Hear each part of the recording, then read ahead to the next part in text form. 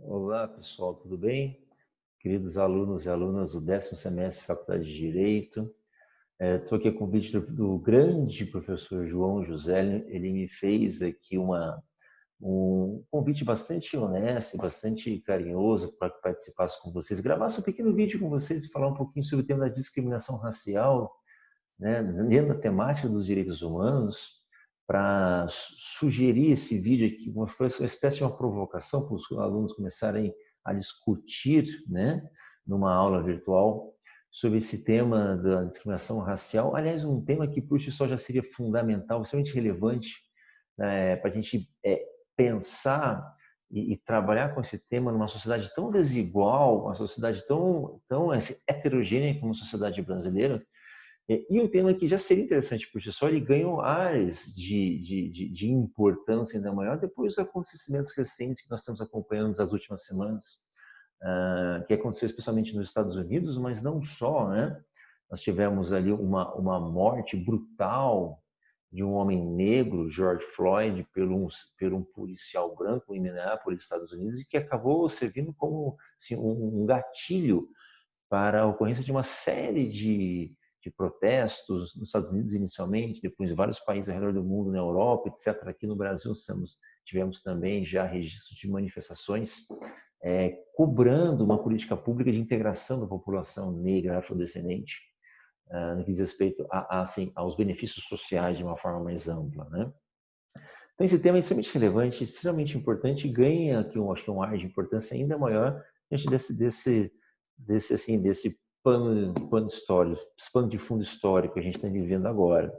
Mas quando a gente fala da discriminação racial, eu queria propor uma reflexão inicial a vocês, no seguinte sentido. Falar em discriminação racial, eu acho que foi até a ideia que eu tive, o pensamento que eu tive quando o professor João José me jogou o tema. Discriminação racial, é natural imaginar inicialmente, pensar na discriminação racial em detrimento da população negra, dos pardos e negros no Brasil. Eu vou focar a minha fala aqui, a minha análise nessa questão específica, mas antes disso eu só queria lembrar vocês que a discriminação racial, às vezes, ela pode ter uma abrangência um pouquinho maior. Nós podemos pensar em discriminação racial, por exemplo, quando a gente fala sobre atos que são destinados especificamente contra a comunidade judaica, por exemplo, né? É claro que essa questão da discriminação racial, ela, por si só, ela já traz um estigma e uma questão incompreensiva, que é o seguinte: como é que eu posso dividir, classificar a sociedade humana, o gênero humano, em raças? Evidentemente que isso é algo antropologicamente insustentável. O gênero humano, ou a raça humana, melhor dizendo, ela é uma só, os seres humanos.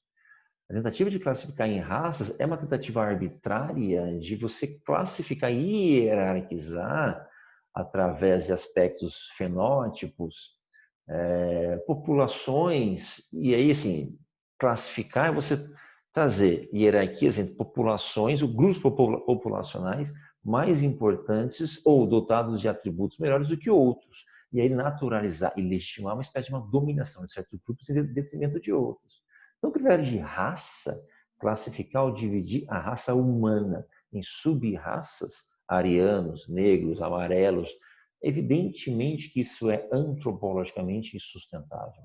Isso é uma forma social, é uma construção social através de grupos com objetivo específico de dominar os demais grupos sociais, classificar e hierarquizar a raça humana, que é uma só, em raças distintas, brancos, negros, amarelos, etc., é uma forma deliberada de subjugar, de dominar as populações tidas como inferiores. E é curioso isso, e como a gente vê, a nossa história ela está marcada por uma série de tentativas de explicações, justificativas que sempre tentaram caracterizar, e agora eu volto para a discriminação racial dos negros, propriamente dito no Brasil, né?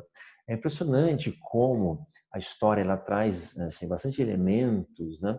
Tentaram, portanto, justificar ou explicar a dominação da população branca em detrimento da população negra, né? A gente sabe que o Brasil ele tem um histórico, tem um país que tem mais ou menos 500 anos, pouco mais de 500 anos de existência. Sempre se a gente tomar aquele recorte do descobrimento, né, 1500, chegados portugueses como o descobrimento do Brasil, tomar essa visão clássica da história como o nosso recorte aqui, o Brasil tem 520, pouco mais de 500 anos de existência. Olha, a gente pode imaginar que nesses 500 anos de existência nós passamos pela institucionalização da escravidão por 350 anos. Né? Então, de 500 anos de existência, 350 desses 500 anos de existência, nós passamos sob o regime institucionalizado da escravidão. Então, é absolutamente assim, impossível imaginar uma sociedade que tem manchado na sua história essa chaga da escravidão por tanto tempo, por 3 séculos e meio. É claro que a escravidão, enquanto modo de produção econômico, social, que nós tivemos no Brasil por tanto tempo, é claro que ele vai trazer consequências vistas até hoje, seja nas relações sociais, seja no direito. Isso estará presente de maneira inequívoca. A gente não pode fugir desse fato. Então, eu gostaria de trabalhar essa questão da discriminação racial com vocês, não ignorando que existem outros tipos de discriminação racial, religiosa também, tem uma matriz racial envolvida, como eu mencionei há pouco, a judaica, enfim. Mas eu queria trabalhar a questão racial dos negros, dos afrodescendentes especificamente, porque acaba sendo para a gente uma importância fundamental por conta da nossa história. A gente sabe que ao longo desses 350 anos o Brasil recebeu mais ou menos 5 milhões de negros vindo da África de maneira forçada. Tá? Esses negros se integraram na nossa sociedade ao longo desses 3 séculos e meio. E evidentemente que a cultura negra, o modo de agir do povo negro, do povo africano, é claro que isso acaba entrando na nossa cultura, entrando na nossa convivência social, acaba sendo um componente importante de formação da nossa identidade brasileira, nossa identidade cultural social brasileira. Mas o que eu falava há pouco é que é curioso isso, você imaginar que sempre houve um esforço histórico para tentar justificar essa hierarquização entre raças, e especificamente com o propósito deliberado de colocar os negros, os afrodescendentes, como uma raça inferior. Então, essa ideia de classificar e hierarquizar raças humanas por si só já é uma ideia completamente arbitrária, absurda e antropologicamente injustificável. O fato é que nós sempre tivemos basicamente 3 justificativas que tentaram naturalizar, ou seja, tornar natural, tornar normal um tipo de explicação que pudesse inferiorizar os negros. E, portanto, servir como uma justificativa para a existência desse mecanismo absolutamente horrendo que foi a escravidão, que varreu o mundo todo, mas no caso do Brasil tínhamos a escravidão negra especificamente, teve uma importância bastante fundamental na constituição da nossa sociedade.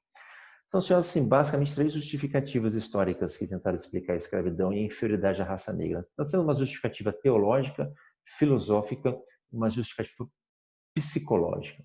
A justificativa teológica foi uma justificativa religiosa, tentou explicar a inferioridade da raça negra, tendo visto uma passagem bíblica, né? Portanto, a Igreja Católica foi uma grande fiel aqui dessa explicação teológica a respeito da inferioridade da raça negra, portanto, uma justificativa que tentava naturalizar a escravidão por si só. E essa justificativa bastante antiga da inferioridade dos negros vinha através da passagem bíblica conhecida como maldição de Cã. O trecho bíblico está lá no livro do Gênesis e diz que depois do dilúvio, né, Noé ele se tornou agricultor e começou a produzir vinho.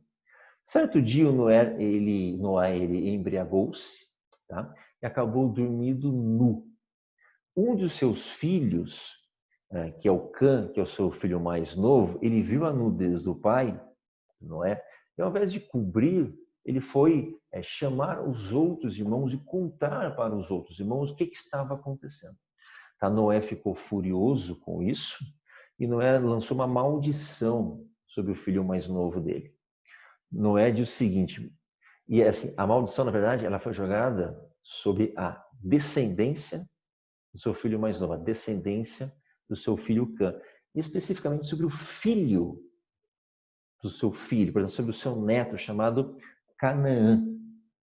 Ele lançou a seguinte maldição ao seu neto, ao filho de seu filho mais novo. Maldito seja Canaã, que se torne o último dos escravos de seus irmãos. Então, a justificativa bíblica para a existência da escravidão vem desse passagem da maldição de Cã, a ideia de que os netos de Maomé, os descendentes do seu filho mais novo, que pela tradição bíblica eles emigraram para a África, tá? Essas pessoas, portanto, os africanos, que são todos eles descendentes do neto de Maomé, descendentes do neto amaldiçoado de Maomé, o neto Cã, eles serão eternamente sobre a bênção de Deus, ou melhor, sobre a maldição de Deus, eles serão classificados, serão tidos, serão tratados, portanto, como escravos. Então, a Igreja Católica, a religião, sempre trouxe uma justificativa teológica, portanto, religiosa. Tentava explicar o instituto da escravidão e tentava explicar o porquê que a população negra merecia ser escravizada, a população africana em especial merecia ser escravizada, que haveria uma justificativa bíblica, religiosa para aquilo. Tá? Afinal de contas, todos os negros, todos os africanos são descendentes de Canaã, o neto amaldiçoado de Noé. Existia depois, só isso ao longo do século XVI, século XVII, uma justificativa filosófica também para a existência da escravidão. Filosoficamente, começaram a criar-se correntes filosóficas que tentaram dar uma certa ar de racionalidade para a inferioridade da população negra.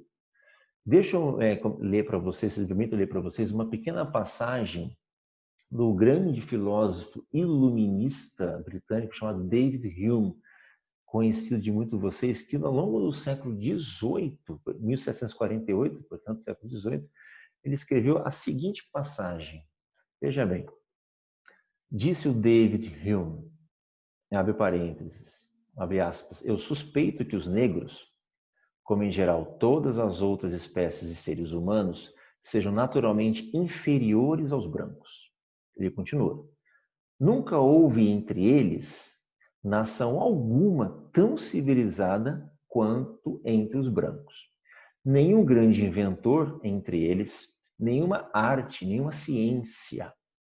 Uma diferença tão constante e uniforme não poderia se repetir em tantos lugares, em épocas tão distintas, se a natureza não tivesse também uma distinção original entre essas espécies de seres humanos. Então, por aqui, através de um grande e influente filósofo inglês, um conservador, bastante importante, o David Hume, olha a passagem, olha a ideia de racionalidade, explicação filosófica para a inferioridade do povo negro que o David Hume tenta trazer. Muitos de vocês podem não concordar com a passagem de David Hume, podem fazer certas reservas à pessoa do David Hume. Alguns de vocês podem nem conhecer o David Hume. Mas outro filósofo importante alemão, iluminista, humanista, tinha uma opinião bastante parecida e esse filósofo certamente vocês conhecem. Olha só o que disse, pessoal, em 1764, um pouquinho depois, quase 20 anos depois, o grande Immanuel Kant. Os negros africanos não receberam da natureza qualquer inteligência que os coloque acima da tolice. Portanto, a diferença entre as duas raças, negra e branca, é muito substancial. A distância no que diz respeito às faculdades mentais parece ser tão grande quanto a cor da pele. Immanuel Kant disse isso. Hegel vai pelo mesmo caminho. Voltaire, a mesma coisa. Tá? Então, ao longo dos séculos XVII, século XVIII, houve um grande esforço de racionalização filosófico que tentou, junto com essa justificativa religiosa, a maldição de Noé, tentar explicar o porquê que a raça negra seria inferior, por que os negros, né? Abandonar a expressão raça negra, por que os negros seriam inferiores aos brancos e por que isso justificaria, a partir daí, justificaria a existência da escravidão e, portanto, da dominação dos brancos em detrimento dos negros. E, por fim, há aqui uma justificativa psicológica também, bastante importante para a gente tentar justificar a inferioridade dos negros. E essa passagem filosófica, ela é psicológica, ela é interessante porque ela mistura essa passagem psicológica com passagens estéticas que tentam justificar, na verdade, o racismo através da seguinte maneira. Sempre tentou se jogar, dar uma conotação negativa para a cor preta, para a cor negra. Né? Então, ao longo da história, seja em ambiente religioso, seja nas artes, enfim, em vários assim, aspectos da convivência social humana, a cor negra, a cor preta por si só, sempre foi colocada como a ausência de qualidades, como feio, como ridículo, como que deve ser evitado. É o símbolo do negro, é o símbolo da escuridão, ele é o símbolo do que há de mal, o que há de pior. Tá, isso é uma questão psicológica, estética, bastante importante, que vai sendo introjetado aos poucos, que vai servindo, nem que seja inconscientemente, como uma espécie de uma justificativa também para você olhar a população negra, a cor negra, evidentemente as pessoas de cor negra, de cor preta, com pessoas feias, menores, ligadas ao mal, ligadas ao que há de pior, ao passo que a cor branca sempre teve a conotação de pureza, de clareza, de sabedoria, de limpeza, né? Então, isso é interessante a gente ver como essas três justificativas, seja de ordem religiosa, seja de ordem filosófica, ou psicológica e estética, se mistura aqui, vamos dizer assim, servir como fatores importantes para a gente pensar essa naturalização do conceito de dominação, de racialização da espécie humana. Então, nós temos raças inferiores e os negros africanos são, assim, decididamente uma raça inferior. Essas justificativas sempre nos ajudaram a entender o porquê que eles são inferiores, né? Só para a gente avançar um pouquinho, né, no que diz respeito à questão eminentemente jurídica, que para a gente aqui é importante, eu não vou me deter e nem me alongar nesse aspecto, porque dentro da disciplina de Direitos Humanos, o professor João José tem muito mais capacidade do que eu para falar sobre as questões jurídicas, normativas, diz respeito do plano do direito internacional. Mas, assim, quando a gente fala em racismo, a gente tem que entender que os direitos humanos, ou seja, o direito internacional, ele reconhece que o racismo ele existe. Então a gente tem que partir do pressuposto que o racismo ele existe. Se algum de vocês aqui tem ideia de que o racismo é uma invenção, o racismo não existe, esse tipo de ideia tem que ser abandonada logo no início da nossa conversa. Tá? Racismo é uma realidade. Racismo ele existe não apenas aqui no país, mas em âmbito internacional, tanto que os direitos humanos internacionais, a ordem jurídica internacional reconhece expressamente a existência do racismo e procura combater. Só para dar aqui duas fontes jurídicas, tá? Dois documentos jurídicos, né, que faz a menção ao racismo, a Convenção Internacional sobre a Eliminação de Todas as Formas de Discriminação Racial, é de 64, no seu artigo 1º, documento da ONU. No seu artigo 1º, ele já prevê a existência do racismo e prevê formas de combater o racismo. O Pacto de São José da Costa Rica, também no seu artigo 1º, inciso 1, ele também, aqui no nosso âmbito americano, regional, ele também vai prever a essência do racismo como algo a ser evitado, e os Estados partes do pacto, eles implementarão mecanismos de solução, de punição de práticas racistas. No âmbito interno, fazer menção apenas à Constituição Federal, artigo 5º, inciso 42 da Constituição Federal, né? Ela prevê, ela exige, né, que o legislador criminalize e combata o racismo. Tá? Então, é um mandamento de criminalização do racismo. E olha que interessante, as constituições militares, a Constituição dos militares, depois do golpe militar, a Constituição de 1967, apesar de serem os militares golpista, a Constituição de 67, no artigo 150, parágrafo 1º, também previa o combate ao racismo. Ele diz que o racismo ele é uma prática violadora de direitos e garantias fundamentais. Ao passo, ou melhor, da mesma forma, a emenda constitucional número 1 de 69, que muitos autores dizem que ela foi uma emenda uma Constituição autônoma, né? José Afonso é um deles. No artigo 153, parágrafo 1º da Constituição Militar também, 69, que vem depois do AI-5, que vem recrudescer o regime militar, dos anos de chumbo do regime militar, mesmo assim fazer menção explícita ao racismo, como algo a ser evitado, que a ideia de que o legislador deveria criminalizar. Todos aqueles que praticassem racismo deveriam ser punidos nos termos da lei. Então, seja no âmbito internacional, seja no âmbito interno, o racismo ele é reconhecido como uma prática nefasta e há que ser combatido através de leis criminais. Aquela pessoa que pratica racismo deve necessariamente ser penalizada por isso. No âmbito jurisprudencial, gostaria de chamar a atenção para vocês de 3 casos, tá? Casos importantes, extremamente importantes, que vale a pena o debate, vale a pena o estudo desses casos, que são casos históricos e que lidaram com essa questão do racismo de maneira direta, né? Então, são na jurisprudência da Suprema Corte norte-americana, o famoso caso Brown versus Board of Education, né, que é o caso dos anos 50, 54, nos Estados Unidos, julgado pela Suprema Corte americana, na época do Martin Luther King, em que a Suprema Corte norte-americana ela acaba com a segregação racial entre escolas e espaços públicos, né? Que até então era legal, era legítimo, não violava o direito à igualdade, a existência de espaços públicos, especialmente escolas públicas destinadas especificamente a brancos e especificamente a negros. O caso Brown foi um caso em que a Suprema Corte americana vai declarar inconstitucional que violava o direito à igualdade entre todos, a ideia da segregação de escolas públicas destinadas a brancos, destinadas a negros, a ideia de que o espaço público deve ser um espaço de amplo convívio entre todos, independentemente de credo religioso, político, muito menos por questão de cor da pele. Até porque, repito, a raça humana ela é uma só.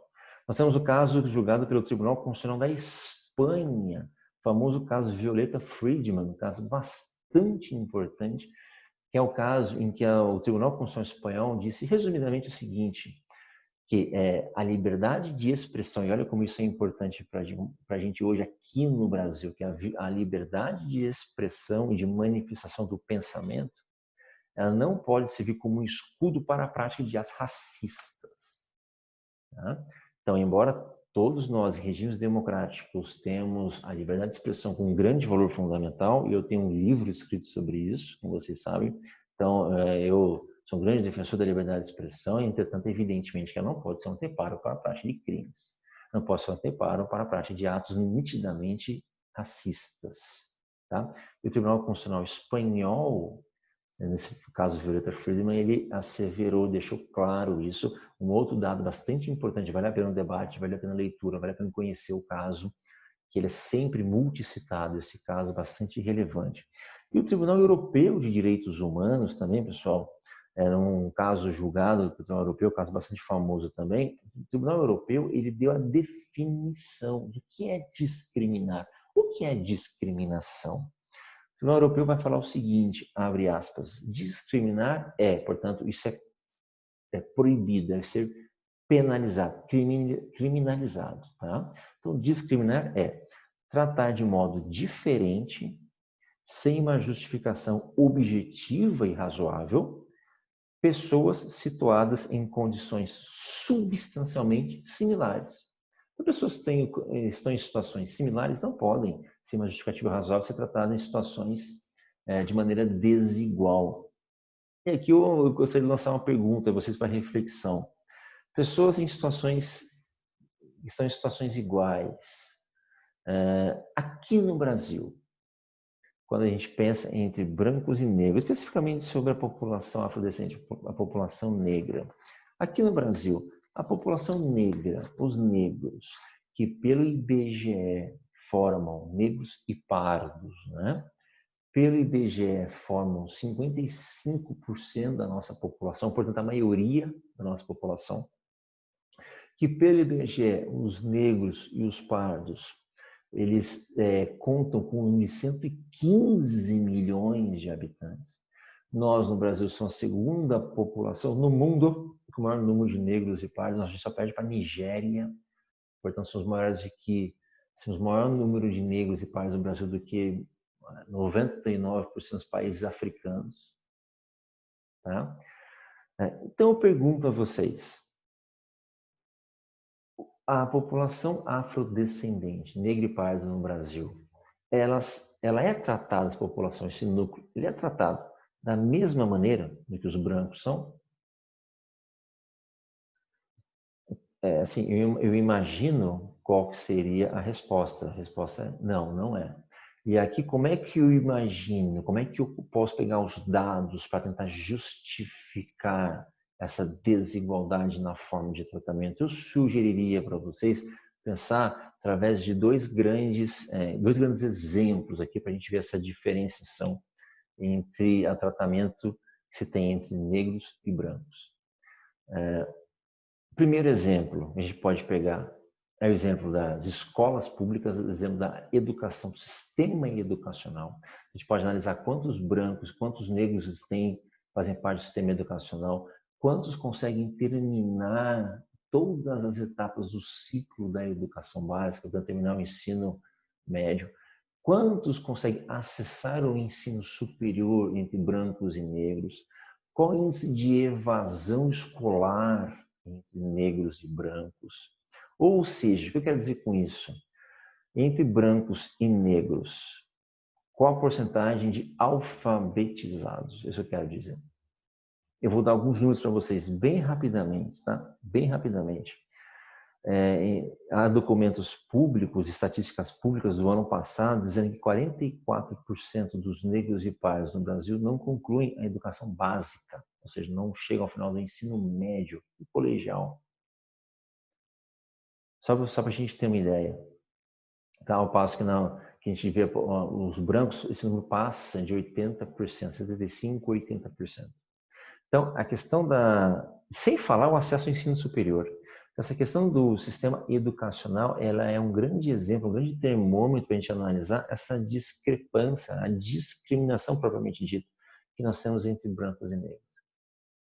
Um outro grande exemplo que a gente pode pegar também é a questão da população carcerária. Então, de um lado, o sistema educacional, de outros, presídios. Olhando para a situação dos presídios brasileiros, nós podemos enxergar ali algum tipo de indício que possa fazer crer que a população negra sofre um tratamento diferente da população branca? Apenas um dado, mas ele é bastante significativo, 61% dos presos no Brasil, estima-se, 61% dos presos no Brasil são negros ou pardos. Tá? Ao passo que na sociedade são 55%. Quando a gente olha os números de flagrantes que são feitos por conta de práticas de crimes, mais de 79% dos flagrantes têm como autores de delitos pessoas negras ou pardas. Tá? Quando a gente olha o sistema de violência policial, a abordagem policial, e ali a polícia ela é o primeiro aparato do Estado que acaba tendo contato, muitas vezes, com muitos membros das suas populações discriminadas, a gente pode ver assim, alguns dados importantes que eu levantei aqui também, em que no Brasil, de 2 em 3 mortos pela polícia são negros, ou seja, 75% das vítimas de qualquer abordagem violenta da polícia, ou seja, abordagem letal da polícia, são pessoas negras. Então a gente consegue ver, assim, bem rapidamente, peguei uns dados bem resumidos, de forma bem célere, como foi até pedido pelo professor João, só para a gente ver, através desses dois grandes exemplos, o sistema educacional, o sistema repressivo do Estado, presídios e a violência policial, como a gente pode ver, como nós temos, melhor assim, mecanismos de análise que podem nos fazer assim, olhar de forma bastante clara que a discriminação racial é real no Brasil. Isso tem fruto na forma como o país foi constituído através de um amplo e violento processo escravocrata, que durou 350 anos, fez o Brasil o país da América que recebeu o maior número de escravos, 5 milhões de pessoas. As pessoas foram alforriadas ao fim da escravidão em 1888, sem nenhum tipo de aparato estatal. São pessoas que têm descendentes até hoje e que sofrem consequências disso. A gente vê isso, repito, no sistema educacional, vemos isso através da violência policial e do sistema carcerário. Não é à toa que nós temos 75% de presos sendo negros, sendo que na sociedade eles são 55%. A gente poderia pegar outros também dados para a gente analisar quantos negros existem no Congresso Nacional, quantos negros existem no sistema de justiça, quantos negros são defensores públicos, quantos negros são juízes no Brasil, quantos negros são membros do Ministério Público, quantos negros são diretores de empresas. Menos, quantos negros você tem sentado ao lado de vocês na faculdade de Direito? Quantos? Quantos negros são professores da faculdade de Direito? Enfim, nós temos uma série de dados, série de discussões e questões que nós podemos trabalhar aqui. Eu espero que vocês consigam aproveitar, junto com o grande professor João José, a capacidade dele é muito maior do que a mim para falar e liderar uma discussão em relação a isso. Tenho certeza que vocês vão conseguir desenvolver esse tema através de debates. É interessante vocês colherem dados, tá, previamente ao debate, para levantar dados, problematizar a questão. Fiz questão de trazer um ou outro dado bastante cru, bastante direto, só para fazer que o vídeo não fique muito longo. Isso aqui não é uma aula, é apenas uma explanação a pedido do professor, tá? Mas assim, é importante a gente refletir sobre esse tema, é importante nós, enquanto juristas, vamos fazer parte do sistema de justiça. Nós reflitamos sobre isso, que nós tenhamos em mente essa questão fundamental no Brasil, Os Estados Unidos estão explodindo esses protestos, os Estados Unidos morre um negro a cada mais ou menos, a cada 18, 20 horas, morre um negro pela polícia nos Estados Unidos. O número talvez seja um pouquinho maior, estou pegando de cabeça. No Brasil, morre um negro a cada 2 horas através de abordagem policial. Nos Estados Unidos aconteceu aquilo, no Brasil não. É importante a gente refletir sobre isso. É importante, no dia que vocês forem promotores de justiça, ou promotoras, no dia que vocês forem juízes ou juízas, delegados ou delegadas, defensoras, advogados, enfim, cidadãos como um todo. É importante refletir sobre esse tema, é importante ter sempre presente, porque isso faz parte da constituição da nossa sociedade. Não existe democracia com discriminação. Tá? A discriminação faz com que o membro, o grupo discriminado, e aqui os afrodescendentes, a nossa análise, sejam tidos como menos cidadãos, menos portadores de direitos do que os demais membros da sociedade. Isso é inadmissível. Numa república, numa democracia, não existe subcidadãos. Ou todos são cidadãos plenos, podem gozar dos seus direitos, de quem lhe for, de liberdade, redes sociais, educação, saneamento básico, moradia, ou não são cidadãos, ou viveremos numa sociedade conflagrada, sociedade violenta, desigual, e todos nós vamos pagar por isso. Tá bom? Muito obrigado, agradeço ao professor João José pelo convite, espero ter atingido aqui as expectativas. O vídeo curto, para mim é difícil fazer vídeo curto, falar rápido, falar de forma curta, falar rápido eu falo, mas falar de forma curta. Quis trazer alguns dados, quis trazer algumas ideias que às vezes não estão presentes no debate da discriminação racial. A escravidão é algo fundamental para compreender a discriminação dos afrodescendentes no Brasil. Eu quis trazer esses dados, espero ter colaborado com o debate, espero ter atendido as expectativas, tá bom? Um forte abraço a todos, até mais.